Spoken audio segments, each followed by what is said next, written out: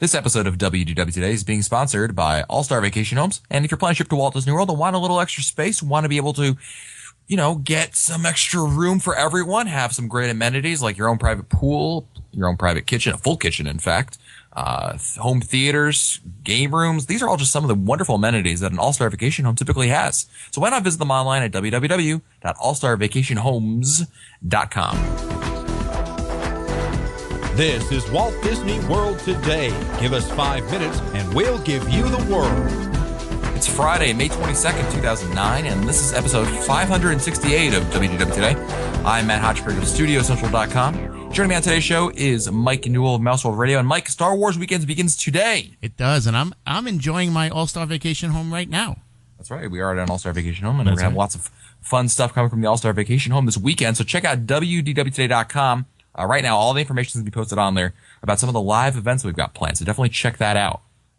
Also joining us on today's show is the birthday girl. It's Annette Owens, a manager of customer relations and group services for Emmy and Mouse Fan Travel. Happy 29th, Annette. Oh, thank you so much, Matt. Thank you for letting me have the Alice in Wonderland room to celebrate my birthday party. That's right. Annette is down here as well with us, and Annette's staying. Well, you got to go check out the pictures. You gotta go wow. go check out the webcam at www.today.com. You can see Annette's room. Well, we'll take some pictures of Annette's room. Maybe I guess we'll have to take that webcam down from your room, Annette. What do you think? Yeah, no live camera. I think so. There's going to be a picture of the room. That's it. Yeah, that's right. Newell, no Len today, but he just sent me a text message that said, "Hello, Moms Panel." And that's because on our today's show, we also have some very special guests. We have Jody Grundig and Doug Ingersoll of the Disney Moms Panel. Of course, the Disney Moms Panel is online at DisneyWorldMoms.com. Welcome to the show, Jody. Thank you. It's great to be here. And welcome to the show, Doug. Thank you, Matt. And we're bringing the Disney Moms. This is just a few of the Disney Moms Panel. We don't want to go on and say that this is the Disney Moms Panel because then, of course, poor Jody and Doug will get yelled at by the rest of the panel for not representing them. But there's how many other moms are there? Well, there are 16 that were added for the year of 2009, and a number of the 2008 panelists, there were 12 originally, a number of them have stayed on. One of them, Kim, is on specifically to help with questions about the Disney Cruise Line, and Aaron is on for the year. And then the rest of the panelists actually take 3-month turns, helping bolster the team. So you can see all of our pictures either in the retired panelist or the current panelist pages, bio pages on the site itself. Cool. Now, Jody, why don't you quickly explain to our listeners who haven't heard about the Disney Moms Panel? Give us the rundown on exactly what the Disney Moms Panel is. Sure. The Moms Panel is actually it's a website. It was developed last year, so it's still relatively new. But basically, it's a place where people who are planning Disney vacations, and this doesn't have to be moms, it can be other family members. We get lots of questions from dads and from grandparents and from people who don't even have kids asking about basically our experiences at Walt Disney World. And so, it's a great opportunity to hear, because it is an overwhelming place and it can be difficult to figure out where you should go or what rides are must-sees or which character experiences are better than others for different kids and different age ranges. It's a great way to actually interact with moms and dads, as Doug is, to get real experiences and real opinions from, people who aren't employed by Disney, but who just really love Walt Disney World and love traveling there. Oh, yeah. And the Disney Moms Panel, as you mentioned, started actually in 2008. And I thought it was a huge success. So certainly going into 2009, when you guys were selected, you got some pretty big shoes to fill. The Laura Spencers and Brett Caldwells of the world really left some, they set a very high precedent to go into it. Doug, when you were first, we were told, okay, Doug, you're selected. What were your thoughts? What were you anticipating in terms of coming into the Disney Moms Panel after what you've seen from it the previous year? Well, my first thought was they called me at work to tell me that I was on the panel, and my first thought was HR is 3 doors down, and screaming like a madman would in fact get me fired. So I tried to, keep it toned down in the office, but really, as soon as that happened, we as a group, the 09 panel, really connected up and talked a lot about what the 08 panel had done and, how are we going to fill their shoes and how are we going to deal with things. And the biggest thing that scared us was the volume, because when we started, the volume of questions literally exploded because they'd done such a great job in '08. But I would say that the people at Disney who managed the program, which includes Laura Spencer, she's actually running the program now. She's a Disney cast member now. They really helped us understand, the scope of what we were doing and made it a little more, brought us back to earth with the reality of, hey, it's just, it's a great way for you to help people. Don't let it become all-encompassing, and made it a little easier to kind of prepare for the scope of what we've been up to for the last 5+ months. Okay, now I've got a question I think that comes up a lot, and Jody, I think you might be able to answer this one. I think there's some perception out there for certain people that thinking that Disney in some way or fashion screens what you answer, or like you're not really answering the questions, it's really marketing. I mean, how much involvement, if any, does Disney have in your answers? Very, very little involvement. Our answers are our answers and our opinions, and we are free to say what our opinions are. And, honestly, I think, at least in my experience, a lot of it really depends, my answer really depends upon the person's situation. And so, I always like it when it's really hard to answer a question like, which is the best resort, or should I rent a car, or should I stay on Disney property, or should I rent a Disney stroller? I mean, those are really difficult questions to answer without understanding, what type of family people have. And, I think, at least in my, understanding, Disney wants people to have a good vacation. And those answers are different for everybody. Maybe you have a situation where it really is best to stay off property, in which case, we should answer that way.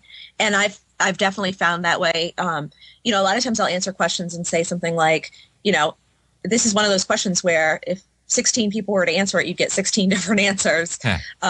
There's some people who love value resorts. There's some people who don't. There's some people who absolutely think they need to rent a car on property. There's some people like me who absolutely do not think you need to rent a car. And so, that's the beauty of it, is that you could literally ask a question and get 16 different answers. If they're opinion-based questions, hopefully if they're fact-based, you wouldn't get 16 different answers. But, right. I think, that's really the beauty of it. And, other than like profanity, there's not really, anything beyond that would be. Newell's question, it's totally out, Mike. Sorry.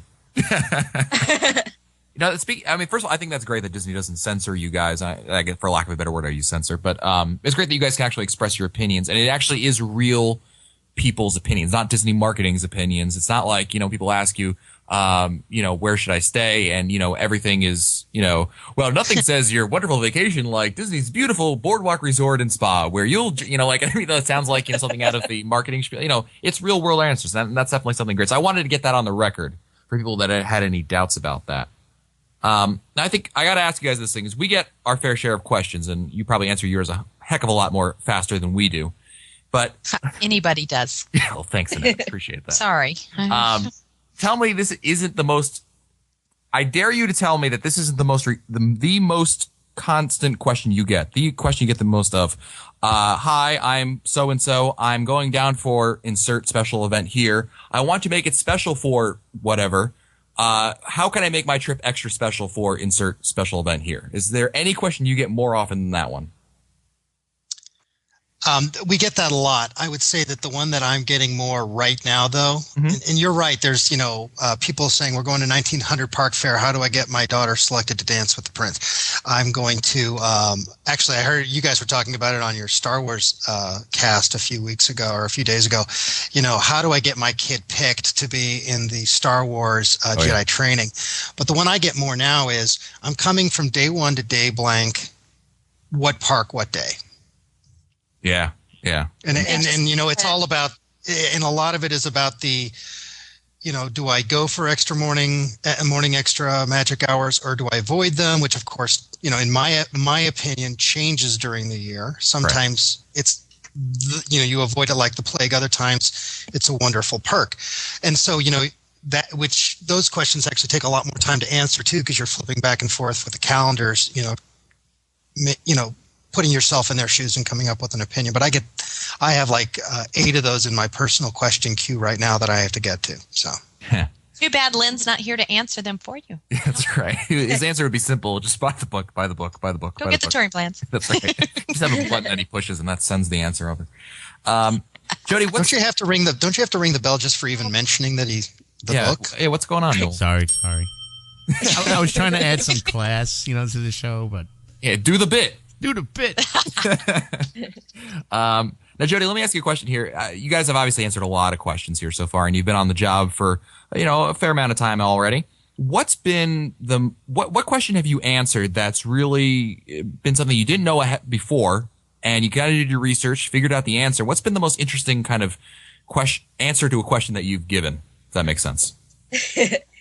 That's a great question, and one I actually have to think a little bit about. I think the questions that I've gotten, I guess, a lot of that I didn't necessarily know a ton about before. I have little children, and so I'm the one at rope drop first thing in the morning, and then I'm the one who's walking out of the park at 7. And so a lot of the stuff about the evening activities I really didn't know a lot about, as well as the water parks.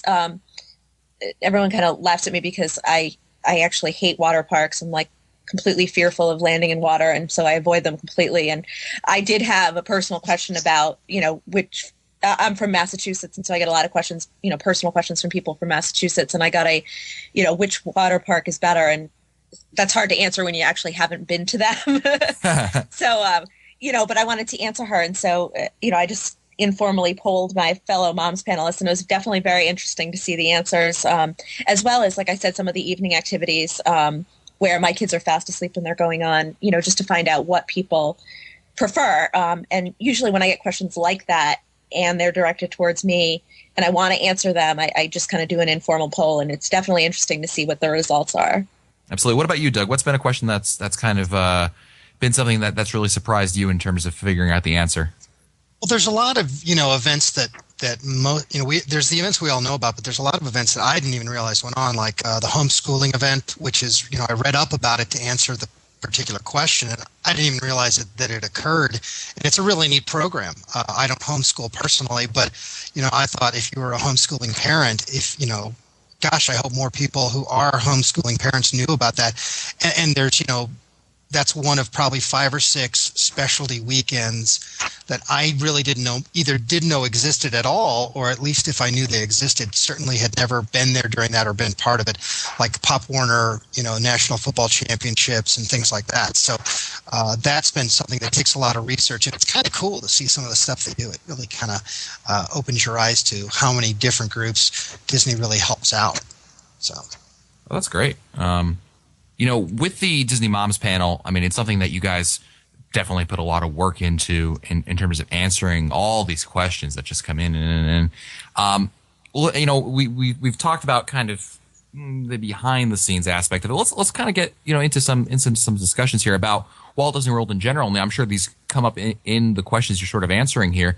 What's been, if someone's going for a trip, and as no one's ever quite a blank slate necessarily, but what are some general guidelines that if someone comes to you and says, Jody or Doug, I'm going to Walt Disney World, I don't want to make rookie mistakes. I don't want to, I want to make sure I avoid pitfalls that occur to a lot of people. So Jody, what would be 1 or 2 tips that you would tell someone going to Walt Disney World, maybe for the first time, maybe just, the first time they're actually planning for it rather? What would be 1 or 2 tips that you would say to ensure a great Walt Disney World trip?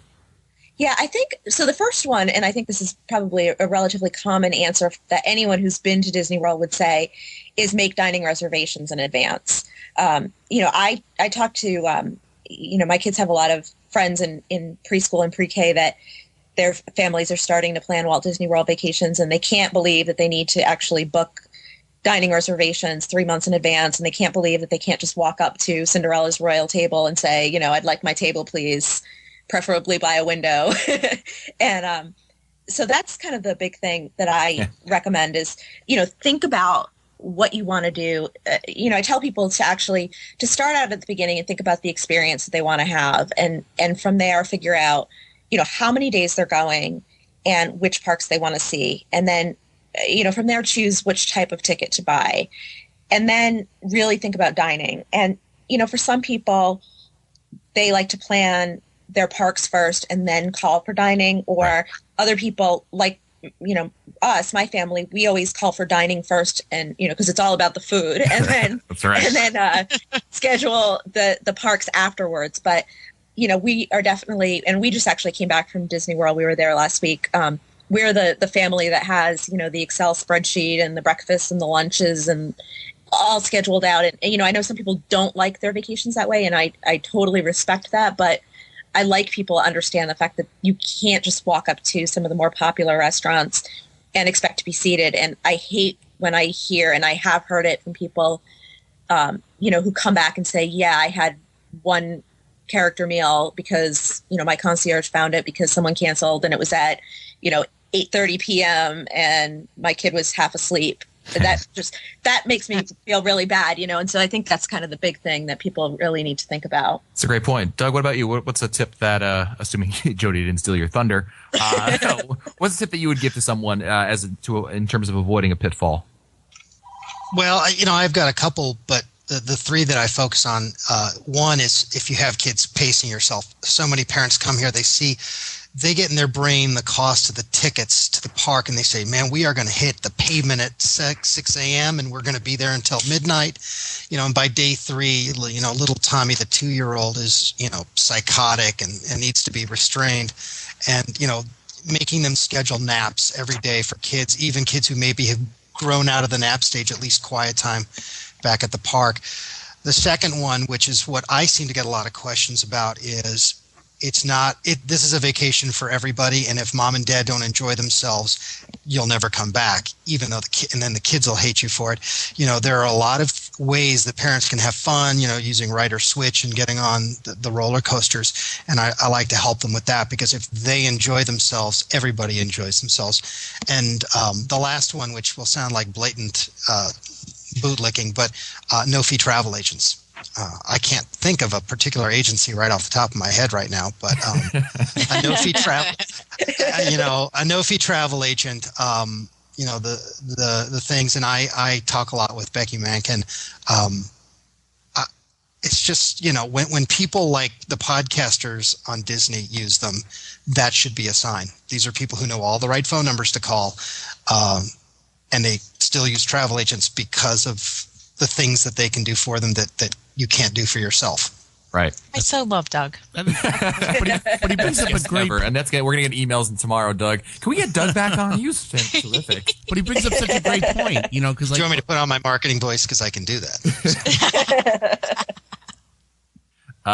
Before we have to let you guys go here, there's one thing that always, I brought up those questions here because inevitably when I'm in the parks, I'm sure you guys have seen it too. I'm sure everyone here on this call has seen it. It's the family that you can tell has no clue what is about to hit them because they've done no planning whatsoever in terms of, planning the trip to Walt Disney World. It always amazed me, and Len, I think I should credit Len for this story, is that people will spend thousands of dollars on, when they buy a dryer or something, they'll read everything, Consumer Reports, they'll ask friends, they'll ask families, they'll get every opinion possible and make sure they make the most informed decision possible. But when they spend thousands of dollars on a Walt Disney World trip, they do no research for it and just assume that you could show up like you go to the beach or something like that. And to that, I just feel bad for those people because it's like, wow, these are the people that walk up to Cellier actually thinking they're going to get a walk up at 6 o'clock on, and on any day really. I guess when the Disney Moms panel, helps alleviate that, because at least those people are certainly the people who are doing some kind of help in there. Do you really? What kind of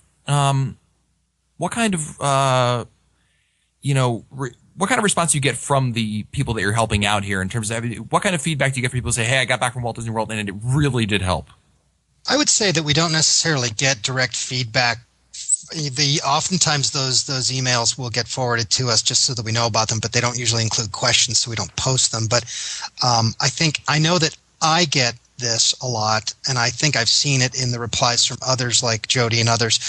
I have people who have come back and asked me like literally a dozen questions from one person because they've gone out, they've had a good time, and that's when you really get that kind of feeling of accomplishment. There's a woman named Allison whose twin sister is getting married there, and it's like we've had a dialogue because I think it's been a dozen questions now she's asked me, and I know where her dad is going, what he likes, what they're going to do, and that's where it's it really is very rewarding to help people. And when you see those responses, people saying, "Oh gosh, we love the panel," and it's kind of neat because I think we really fill a purpose. People go to the Disney website and get a certain level of information, and then they listen to podcasts and they get another level of information, and then we can address those little nuanced things like, okay, I know I want to do this, I know I want to do that, but is this particular meal going to be okay when I'm walking in there with a 2-year-old? Right. Or is that attraction going to bore my teenager?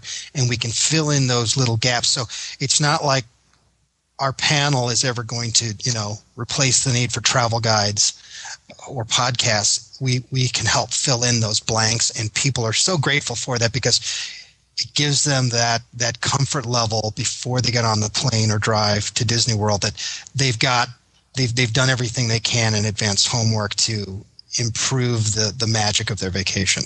Absolutely. Well, Doug and Jody, it's been a real pleasure. And again, the Disney Moms panel is at DisneyWorldMoms.com. So definitely go check that out. You may get your question answered slightly faster than with us. But they do a great job over there. And certainly year 2 looks to be just as great as year 1 was. So both of you should be very proud. And please say hello to all the other moms on the panel. I know that you had to take draw straws here in terms of who who you were able to get on here, but it was great to have both of you on there. So thank you very much. These guys win or lose? Did they win? We won. Thank you. Actually, it was a real pleasure to be on here with you. Yeah, it was a lot of fun. Awesome. Well, don't forget that this episode of WDW Today is being sponsored by All-Star Vacation Homes, and the answer to finding a great place to stay for a little cost is going to be an All-Star Vacation Home. You don't need to ask Jody or Doug for that because they'll be able, they don't even need to tell you. An All-Star Vacation Home is the perfect place for groups that want to have a lot of extra space without spending a lot of extra money. You get private pool, private kitchen, lots of great amenities. Check them out. Visit them online at allstarvacationhomes.com. If you want to find our older episodes, read our show notes, or send us your comments, visit the WDW Today website at WDWtoday.com. For Len Testa, Mike Silva, Mike Newell, the fabulous Annette Owens, Jody Grundig, and Doug Ingersoll, I'm Matt Hochberg. We'll see you on the next show. Stupid Judy, stupid energy. This has been a production of Mouse World Radio.